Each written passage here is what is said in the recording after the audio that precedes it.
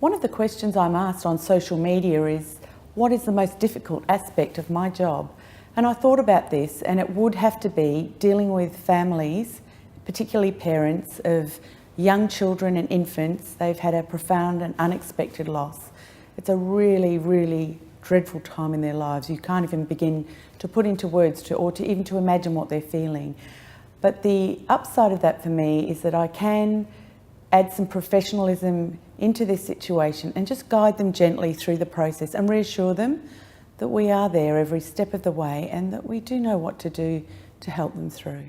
A question I'm often asked is, I'm not face to face with a person over the telephone, and how do I cope with that? I guess it's a unique ability to build a rapport with somebody quickly, to maintain a relationship and just sense where they're at and what sort of a person they're like, whether they're business minded or some people will be crying and quite emotional, and that's okay. So over the phone you just have to have more of an acute sense of awareness as to how that person is and how they are feeling at that moment.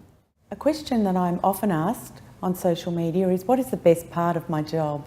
And it would have to be a sense of satisfaction. It's a real joy for me to be able to walk somebody through a difficult and dark situation at the start of the call and sense their relief at the end of the call that they are in good hands and that we will look after them to the best of our ability, and it will be very professional the way things are done. Another question is how I got into this sort of work or this type of work. It's a vocation. You don't just get into it. It's a pathway. I was a palliative care volunteer. I worked on Grief Line, and then I felt equipped and ready to meet people at the coalface when they've got that real need, and became a funeral planner and arranger. And through that experience, it's given me the ability to pass on my knowledge to people in this role over the telephone. So I got into the role because I have a real sense of community and I wanted to serve the community, and it just evolved into this for me.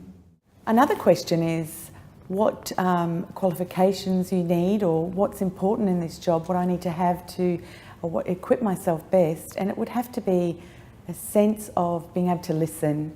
When you're over the phone, you really need to have another level of listening, and you also need to have a lot of intuition, because you can't read people's faces when you're speaking to them on the phone, but you can certainly get a real sense of where they're at. So I'd have to say one of the biggest attributes I need is just to listen to people.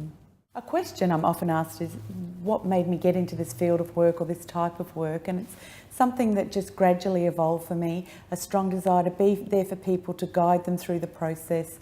It was a pathway that I didn't deliberately take, but it's a pathway that I really am glad I've taken, because it's given me the opportunity to be there for people and to support them and add a professional aspect and the knowledge that I have to make the funeral for their loved one really meaningful.